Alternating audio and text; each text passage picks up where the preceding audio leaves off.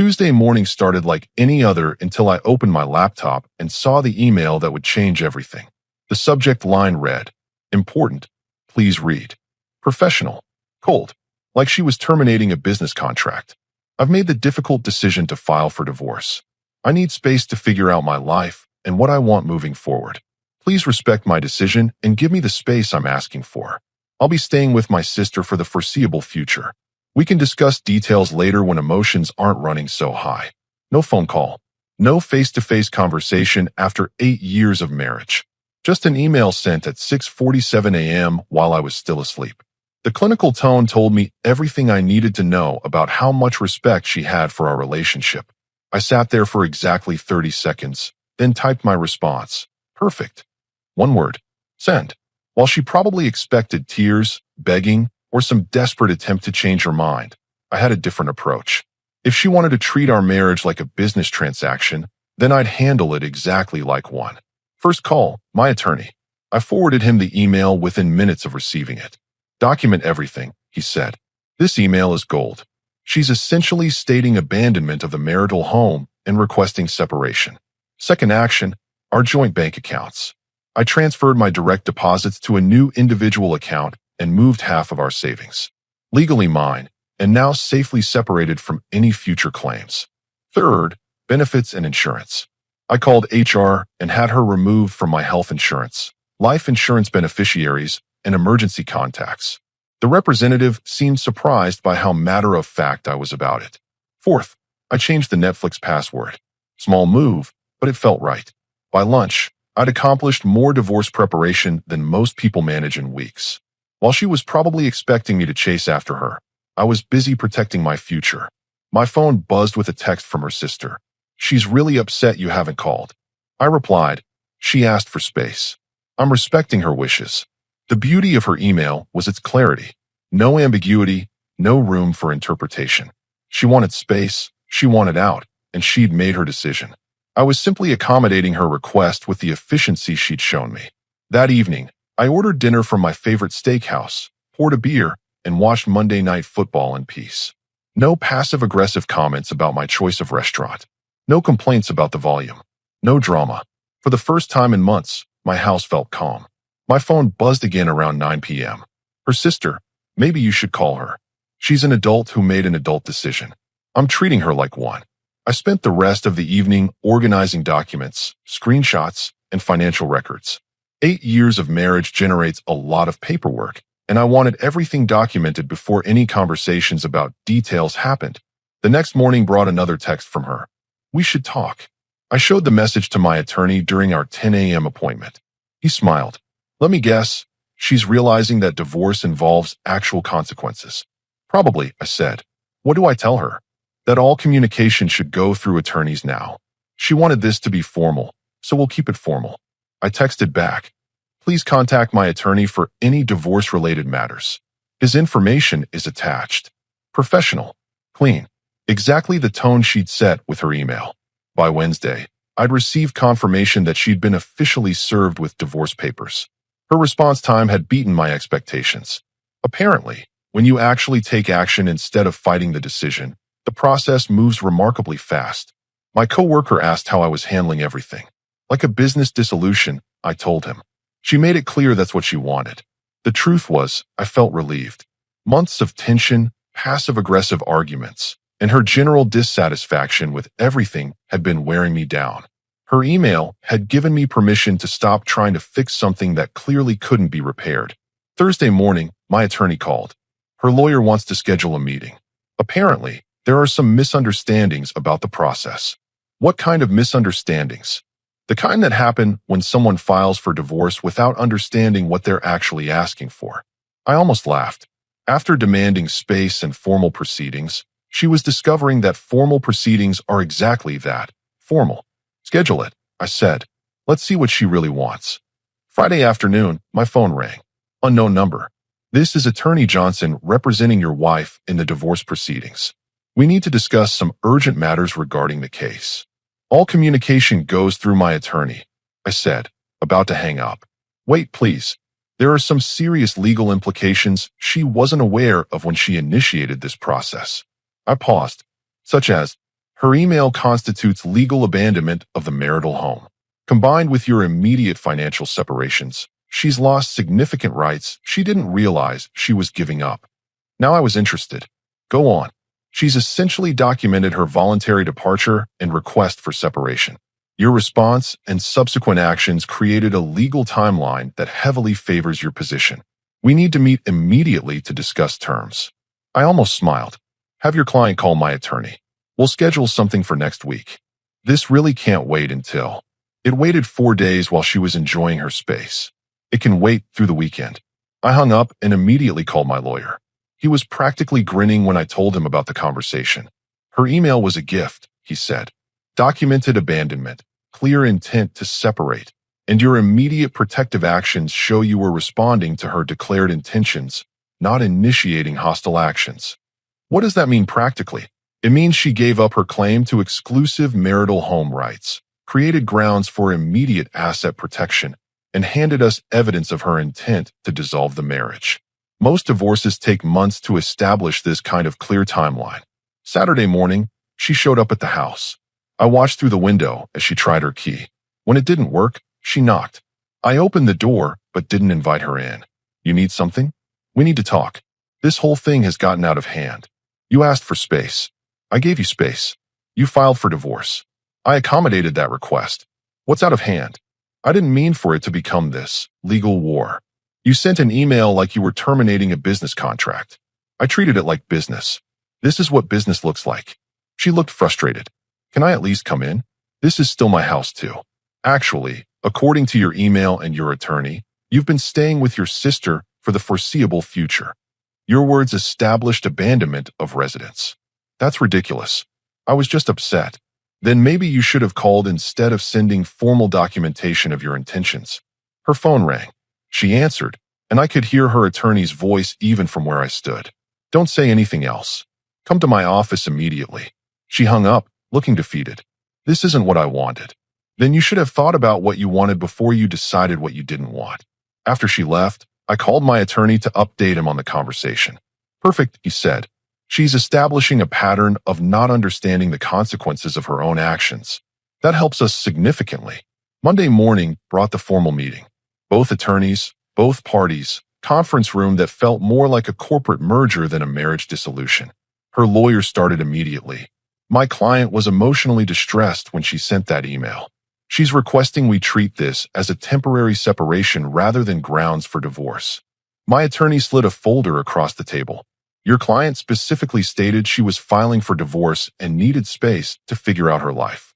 My client respected her clearly stated wishes and protected his interests accordingly.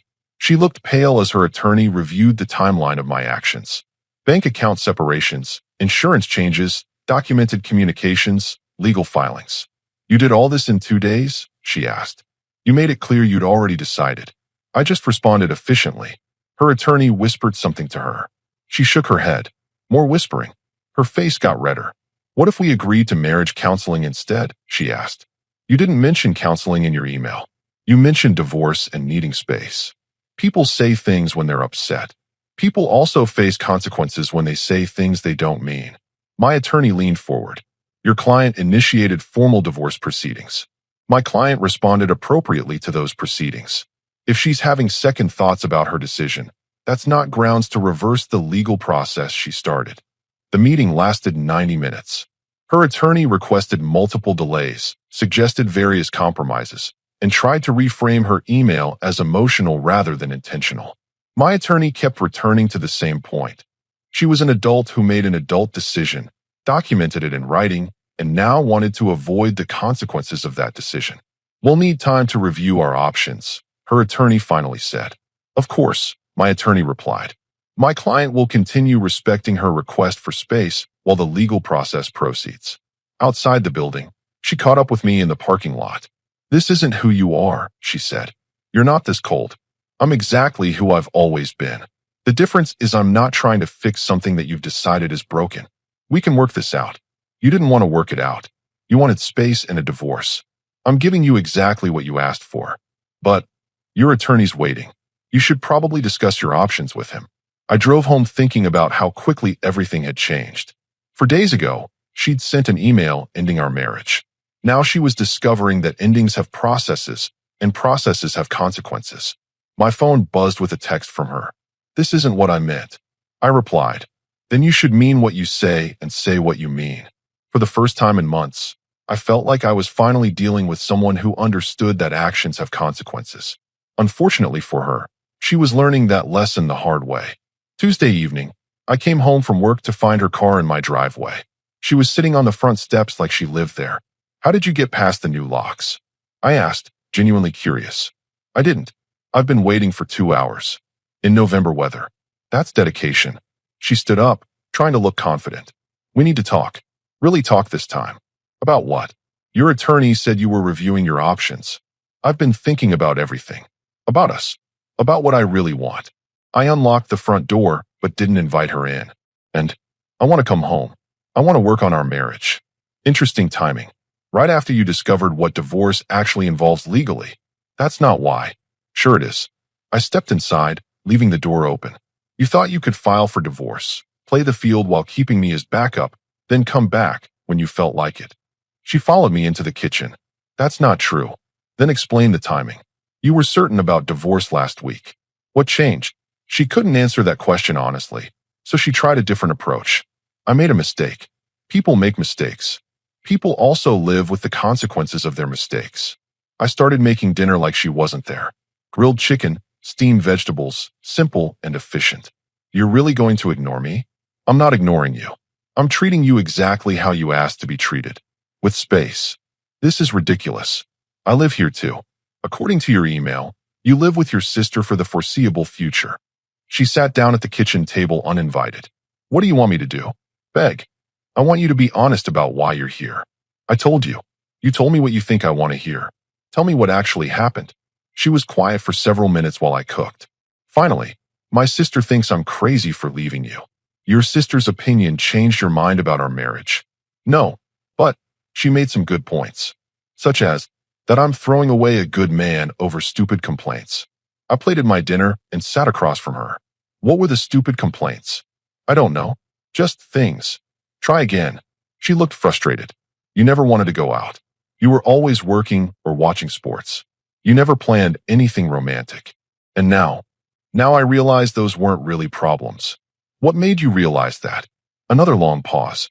She was struggling because the honest answer wasn't flattering. "Being alone made me think about what I actually had." "And what did you have?" "A husband who paid the bills, never cheated, never lied, and never made me worry about anything serious." I almost laughed. "That's quite a romantic revelation." "It sounds shallow when I say it like that." "It sounds honest."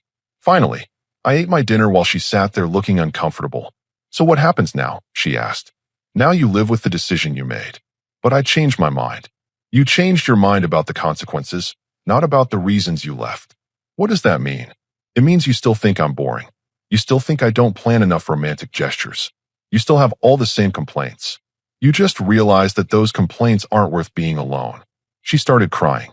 "That's not fair. What's not fair is expecting me to pretend this conversation never happened. You didn't leave because we had problems. You left because you thought you could do better. And I realized I was wrong. You realized you couldn't do better. That's different." The crying got heavier. "So that's it. You won't even try?" "I tried for 8 years. You decided it wasn't enough." People change. People grow. You're right. I changed and grew over the past week. I grew a backbone about accepting disrespect. She wiped her eyes and tried to compose herself. "What would it take for you to consider working things out?" "Honesty. Complete honesty about why you really left and why you really want to come back." "I told you. You told me what sounds reasonable. Tell me what's true." She was quiet for a long time. Finally, "I thought there might be someone better out there. And there isn't." "Because you looked?" "Because I explored my options." There it was. The truth finally. "So you filed for divorce to shop around while keeping me as your safety net." "I didn't think of it that way." "How did you think of it?" "I thought you'd fight for me. Try to win me back. Show me why I should stay." I stood up and cleared my plate. "You thought I'd compete for the privilege of being married to someone who was actively looking to replace me. When you put it like that, it sounds awful." "It is awful." She followed me to the kitchen sink. "But I came back. I chose you. You came back because your other options didn't work out. That's not choosing me. That's settling for me. That's not how I see it. How you see it doesn't matter anymore. What matters is what actually happened. Her phone buzzed. Text message. She ignored it. Who's texting you? Nobody important. The guy you were exploring options with? She didn't answer, which was answer enough. He's still texting you, and you're in my kitchen trying to reconcile our marriage. You really don't see the problem with that. It's not what you think. I think you kept him as backup while testing if I'd take you back. Now you're keeping me as backup while seeing if he'll commit. You're being paranoid. I'm being realistic. Show me your phone. What? If there's nothing to hide, show me your phone. She clutched it tighter. I'm not going to prove myself to you. You're not going to prove yourself to me because you can't. You're still playing both sides. I walked to the front door and opened it. Time to go. You're really going to throw away 8 years over this. You threw away 8 years when you decided I wasn't enough. I'm just accepting your decision. She stood in the doorway for a few minutes, probably hoping I'd change my mind. Your attorney will contact mine about the next steps, I said. After she left, I felt something I hadn't felt in months, certainty. She'd shown me exactly who she was and what I meant to her. Everything else was just negotiation tactics. My phone rang an hour later. Her sister. She's devastated. She really loves you. She loves security. There's a difference. Can't you give her another chance? She already had 8 years of chances. She used them to decide I wasn't good enough. People make mistakes, and people live with the consequences of their mistakes. I hung up and turned off my phone. Some conversations aren't worth having twice. Thursday morning brought an unexpected call from my attorney. We need to meet today. I've received some interesting information about your wife's activities during her space period. What kind of information? The kind that explains why she suddenly wanted a divorce and why she's now desperate to reconcile.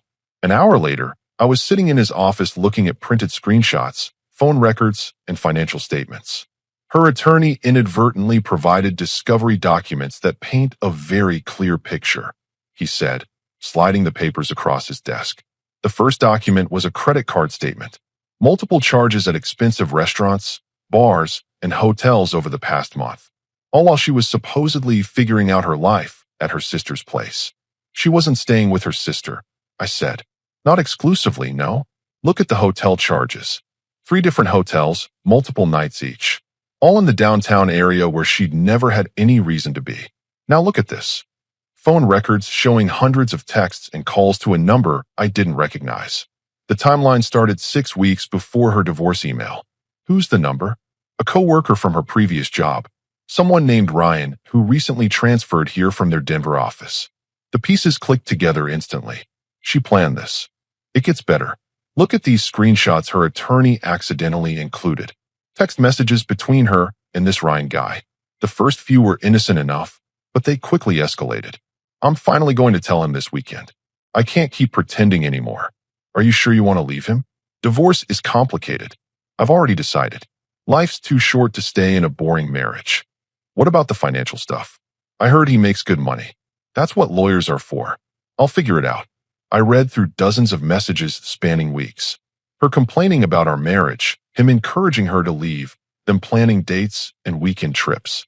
So she had this whole relationship planned before she ever sent me that email. It appears so.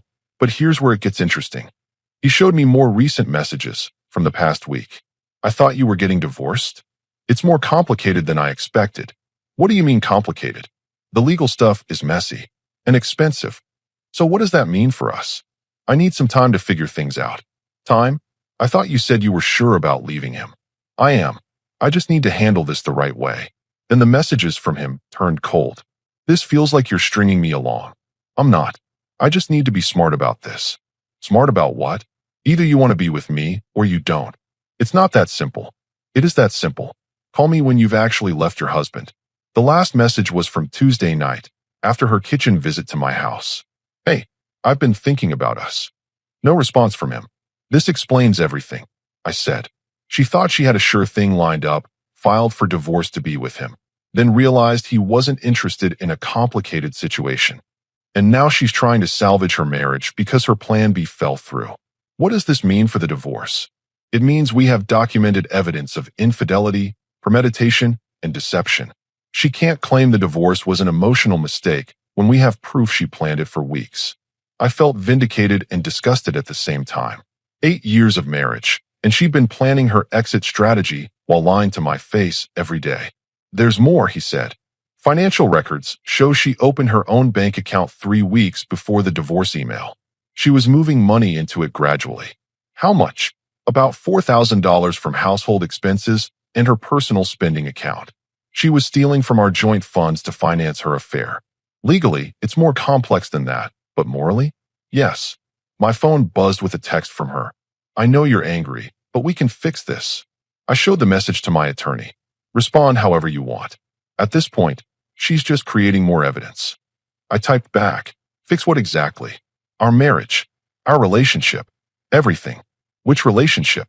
The one with me or the one with Ryan? My phone immediately started ringing. I declined the call. Another text. I don't know what you're talking about. I screenshot one of her text messages about leaving her boring marriage and sent it to her. My phone exploded with calls and texts. How did you get those? Where did those come from? That's private. We need to talk right now. I turned my phone off and looked at my attorney. Now what?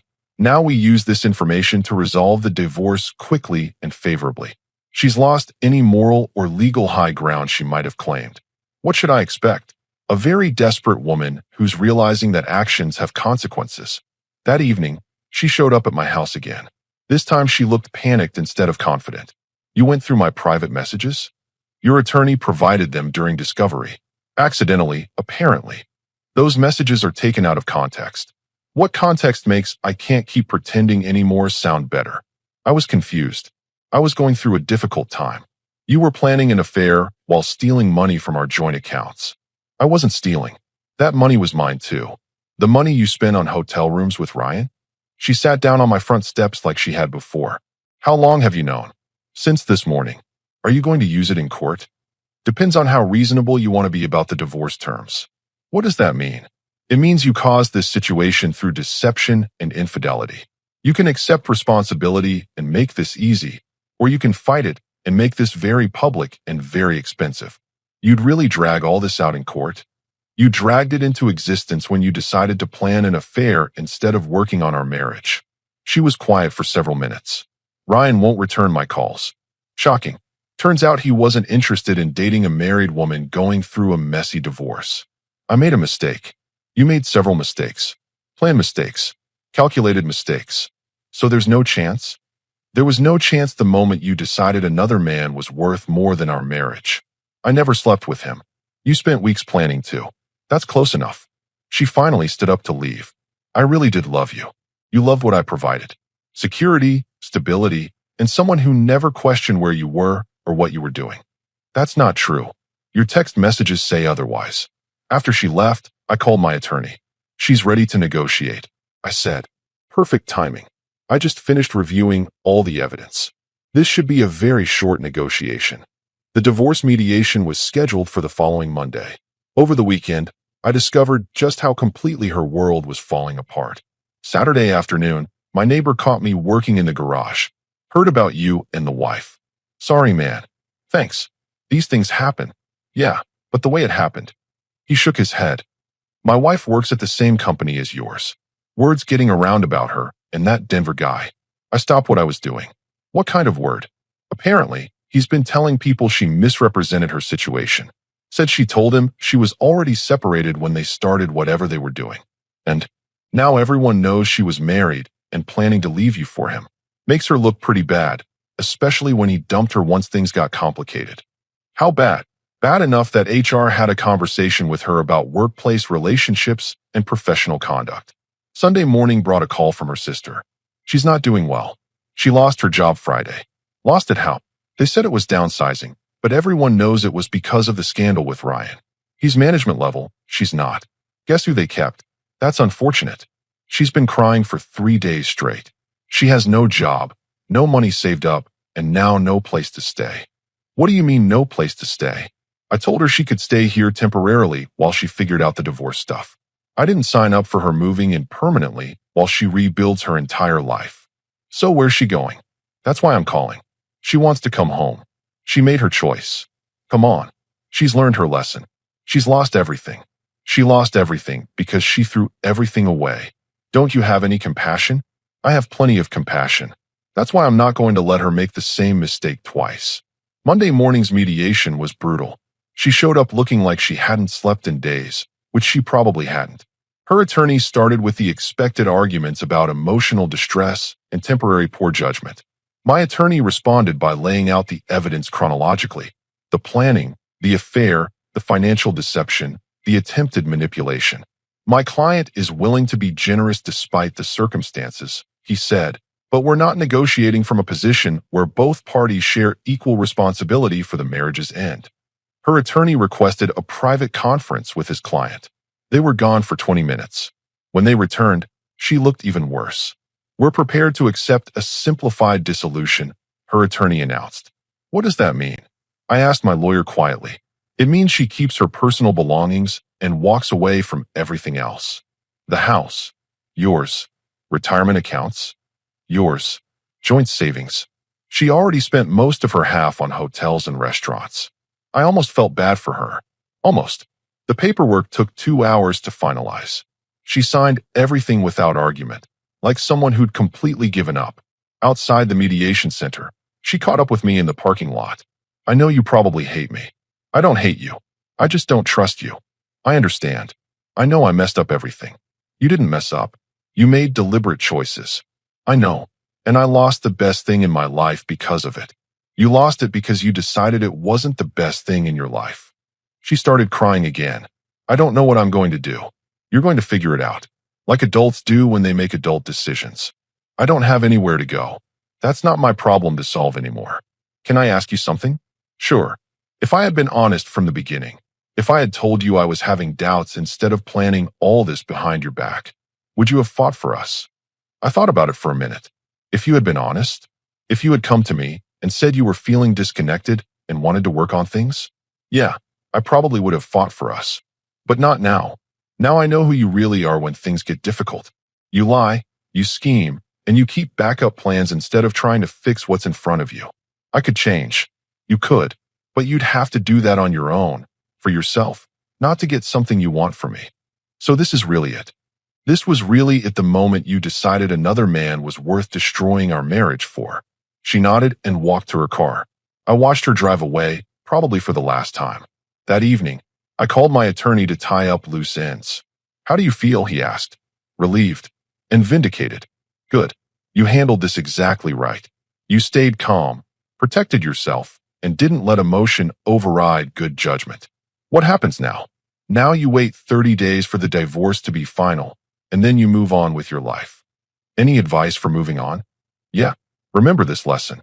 When someone shows you who they are, believe them the first time. 2 weeks later, I ran into her former coworker at the grocery store. Heard you guys got divorced, she said. Sorry about that. Thanks. It worked out for the best.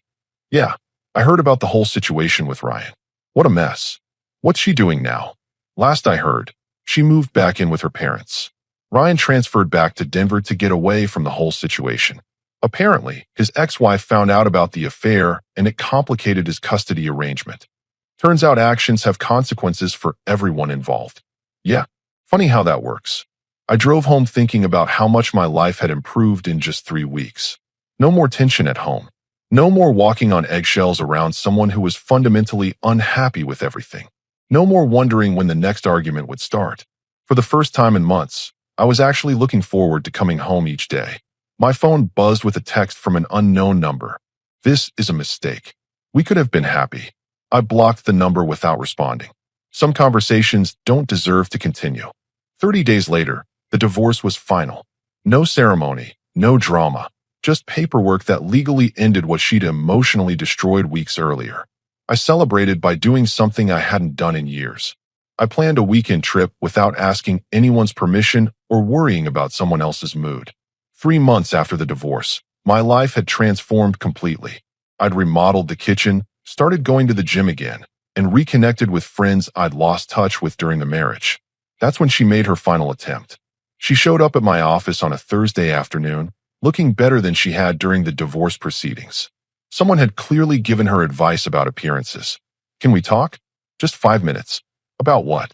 About us. About what we could have been. There is no us. There hasn't been since you sent that email. I've changed. I've been going to therapy. I understand now what I threw away. Good for you. Personal growth is important. I know I don't deserve another chance, but you're right. You don't deserve another chance. Can't we at least try to be friends? Friends don't lie to each other for weeks while planning betrayals. I was confused and scared. You were calculating and selfish. There's a difference. She tried tears, but they felt manufactured. I miss what we had. You miss what I provided. Security, stability, someone who paid the bills while you figured out what you wanted. That's not true. Your text messages said otherwise. Those messages don't represent who I really am. Those messages represent exactly who you are when you think no one's watching. People change. Some people do. But change happens through consequences, not through avoiding them. So there's really nothing I can say? There's nothing you can say because there's nothing left to say. You made your choice months ago. I chose wrong. You chose honestly. For the first time in our marriage, you were completely honest about what you wanted. I'm grateful for that honesty. Grateful. It saved me from wasting more years with someone who didn't want to be there. She stood quietly for a moment, probably realizing this conversation wasn't going the way she'd planned. I heard you're dating someone. I'm living my life. Is it serious? It's none of your business. I hope she appreciates what she has. She appreciates honesty and direct communication. Novel concept. After she left, I realized I felt nothing. No anger, no sadness, no lingering attachment. Just relief that the chapter was finally closed. 6 months later, I received a wedding invitation in the mail. She'd apparently found someone willing to marry a woman who demonstrated her approach to commitment. I wished them luck. They'd need it. A year after her email, I was genuinely happy. Not just content or satisfied, but actually happy. I'd forgotten what that felt like during the final years of our marriage. My life had become exactly what she'd complained about. Predictable, stable, and boring. The difference was I'd found someone who valued those qualities instead of resenting them. The best part? When she asked for space, I gave her exactly what she requested. Permanent space. Some lessons are only learned when the consequences are irreversible. Sometimes the greatest gift someone can give you is showing you who they really are. She'd given me that gift with her email, and I'd responded by accepting it completely. Her space had become my freedom. Her divorce had become my fresh start. Her consequences had become my vindication. Perfect response to a perfect ending. 오, 그래요. 이게 약간 전라도 민심이 중요한 거구나. 예. 전라도 민심이 중요하네. 이게 몰랐네. 이게 막 지방 민심보다도 전라도 민심 이런 게 중요하구나. 맞죠. 나도 그래. 결과를 아는데 굳이 뻔한데, 예, 그거를 내가 뭐 어떻게 뭐 슈발 여러분들한테 그렇게 말할 수는 없었잖아. 어제도 이미 결과는 뻔하다. 그러니까 여러분들 알아서 찍어라. 예, 어차피 결과는 뻔하다 이랬잖아. 투표하는 게 중요하다라고 말했잖아 내가 어제. 그런 거 같아요. 예. 보면 민심이 거기서 거기야. 예, 어디로 이사 가냐고요? 몰라요. 예, 오늘이나 내일 집 구해보고 원룸으로 이사 가려고요 형님. 예. 키라님도 어서와요. 맞아. 나도 그 유튜브에서 잠깐 봤거든. 근데 막 갑자기 막 문수영이 역전한 것 같습니다 이지랄. 절대 역전 못해. 예, 맞아요, 키라 형님. 어차피 결과는 뻔해. 뻔한 결과에, 우리가 그냥 서로 싸우는 것보다는, 그러려니 하는 게 맞죠. 맞잖아. 막말로다가, 결과가 좀 엎치락 뒤치락 비슷비슷해. 그러면은 니가 맞네, 내가 맞네 싸울 수 있어. 근데 이미 결과가 뻔한데, 결과가 뻔한데, 그거 가지고, 슈발, 치고받고 싸우는 것도 의미가 없어요. 1 더하기 1은 2인데, 자꾸 1 더하기 1이 1이래. 사람들이. 그러면 아니지, 그거는. 1 더하기 1은 2인데. 맞죠. 투표가 끝났으니까 이제 누구 찍었는지 말할 수 있지. 이미 끝났는데. 이제 그 비밀선거 끝났잖아. 이제 그 누구 찍었는지 얘기할 수 있잖아. 그러니까, 내가 어제